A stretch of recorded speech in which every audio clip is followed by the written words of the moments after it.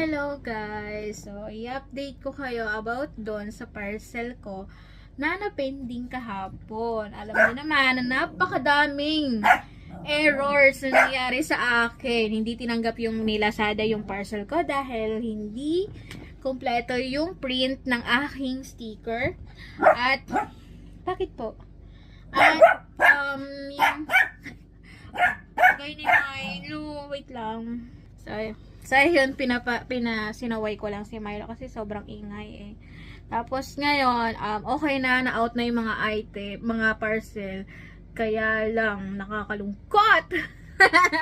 Laki na lang malungkot si Ching.